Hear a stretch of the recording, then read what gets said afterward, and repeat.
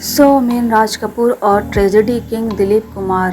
Cinema जगत में इन दोनों की दोस्ती की मिसाल कायम थी। ये दोनों बहुत ही जिगरी दोस्त हुआ करते थे।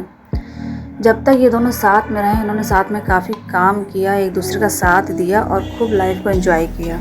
सारा बानो ने खुद अपनी बुक में लिखा कि दिलीप कुमार और मेरी जब शादी हुई थी तो शशि कपूर राज कपूर अपने घर से नाचते हुए हमारे घर तक आए थे और राज कपूर जी कहीं भी होते थे, अगर दिलीप जी उन्हें बुलाते थे तो कहीं से भी मौका पकड़ आ जरूर जाते थे। राज कपूर जब अपने आखिरी समय में थे तो उनकी हालत दिन पर दिन बहुत ज़्यादा ख़राब हो रही थी और वो कोमा में चले गए थे। दिलीप साहब को जब ये पता चला तो वो पेशावर गए थे किसी काम से पाकिस्तान, तो वहाँ से वो तुरंत लौट कर आए। और जिस रूम में राज कपूर थे वहाँ उनके घर के लोग, काफ़ी लोग बैठे थे, सगे संबंधी।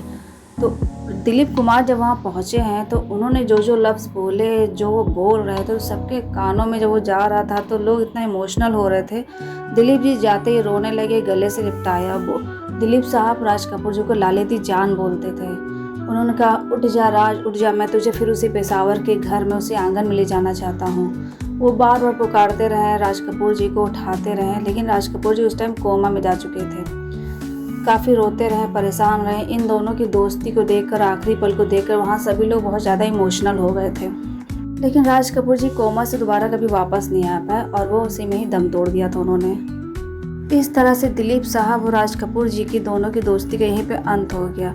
दिलीप साहब बहुत रोते रहे, पुकारते रहे, लेकिन शायद उनकी पुकार वहाँ तक नहीं पहुँची, क्योंकि कोमा से वो उनको बिल्कुल वापस आ ही नहीं पाए, ना ही वो रिकवरी कर पाए।